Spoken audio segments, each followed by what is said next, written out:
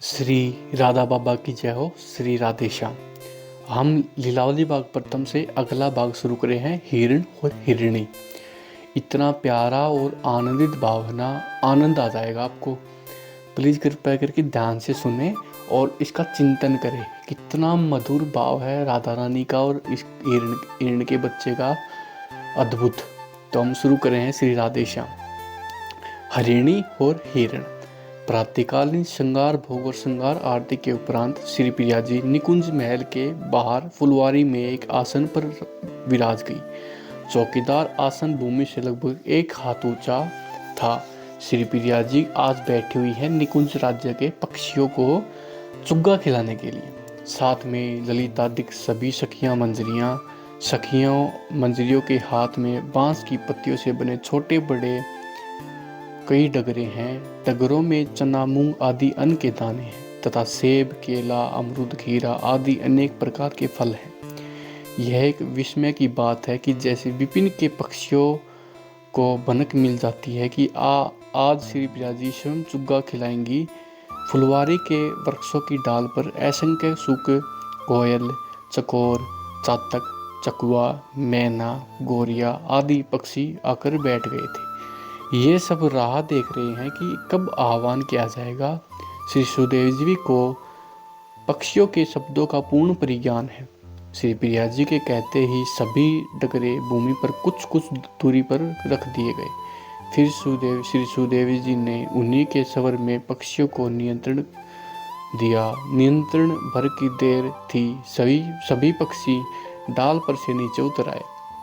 कोई पक्षी किसी डगे पर और कोई पक्षी किसी डगरे पर से अन्न कण चुग चुग कर खाने लगे।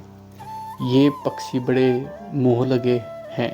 श्री सुख सुदेवी जी के कंधे पर बैठकर उनके कान में साधुवाद करने लगा। कोकिला श्री प्रिया जी के चरण नखों का अपनी चोट से चुंबन करने लगी। एक चातक शावक ने श्री प्रिया जी के कंधे पर बैठकर कुछ कहा। श्री प्रिया जी ने सुदेव जी से पूछा, यह चातक शावक क्या कह रहा है? श्री सुदेव जी ने विचलते हुए कहा, यह एक शिकायत कर रहा है। पक्षियों की इस भीड़ में उसे चुग्गा उठाने का अवसर ही नहीं मिल रहा और ना मिल पाता। इतना सुनते ही श्री प्रिया जी ने एक डगरा अपनी गोद में उठक लिया। अब तो चातक शावक की भली बन आई।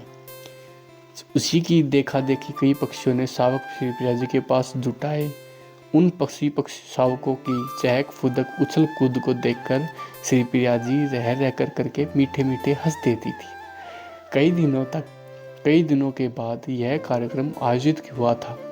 सभी पक्षी अत्यधिक प्रसन्न थे।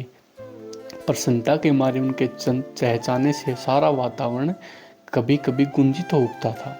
इधर तो पक्षी अपना चुग्गा खा रहे थे, उधर थोड़ी दूर पर हरिणी दंपति साथ बैठे हुए एकटक श्री प्रिया जी को निहार रहे थे। उन हरिणी की ओर श्री प्रिया जी की दृष्टि गई।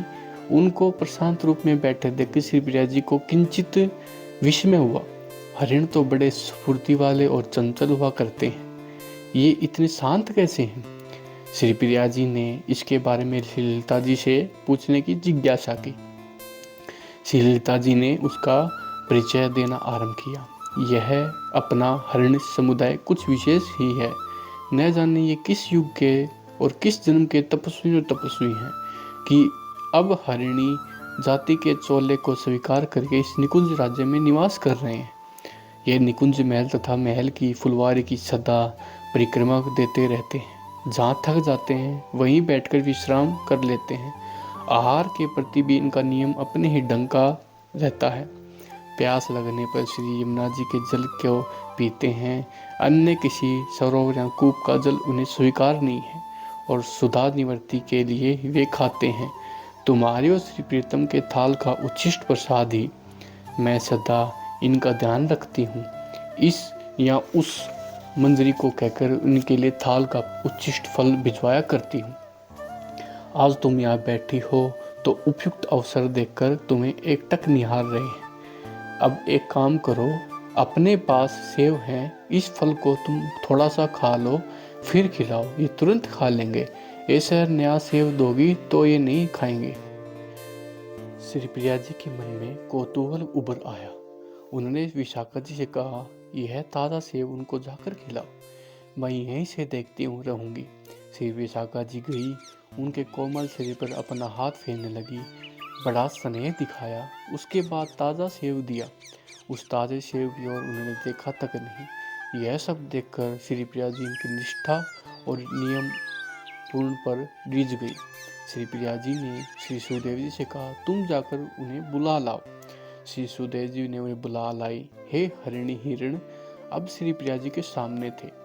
उनके सामने ही श्री प्रिया जी ने सेब का एक छोटा सा टुकड़ा अपने मुख में डाला।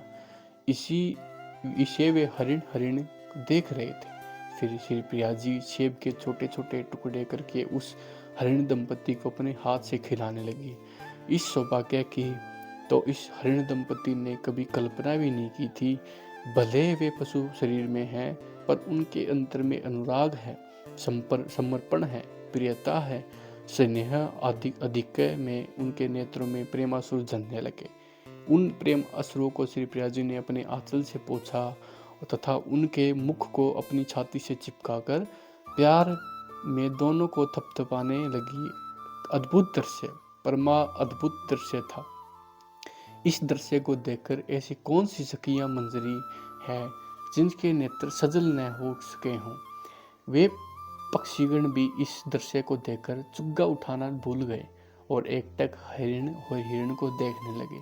सभी पक्षी इन हिरण और हिरण को सौभाग्य की जय का जयकार करने लगे। ये पक्षी वे हैं जो सदा सर्वदा श्री प्रिया प्रीतम के रस लीला को देखते रहते हैं तथा रस लीला का गान करते रहते हैं। इनके रस लीला गान को सभी बड़े चाव से सुना करते हैं। आज ये ही पक्षीगण अपनी आंखों से देख रहे हैं कि किस प्रकार अत्यधिक राग भरी दृष्टि से देखती हुई श्री प्रिया जी ने इन हरिण को दुलारा है, प्यार किया है। वे पक्षीगण इस दुलार की प्यार की रह करके जय गान कर रहे थे। उनकी ही बाती मैं भी जय जयकार बना रही थी और बलिहारी जा रही थी। जय श्री राधे श्याम। कितना आनंदित था।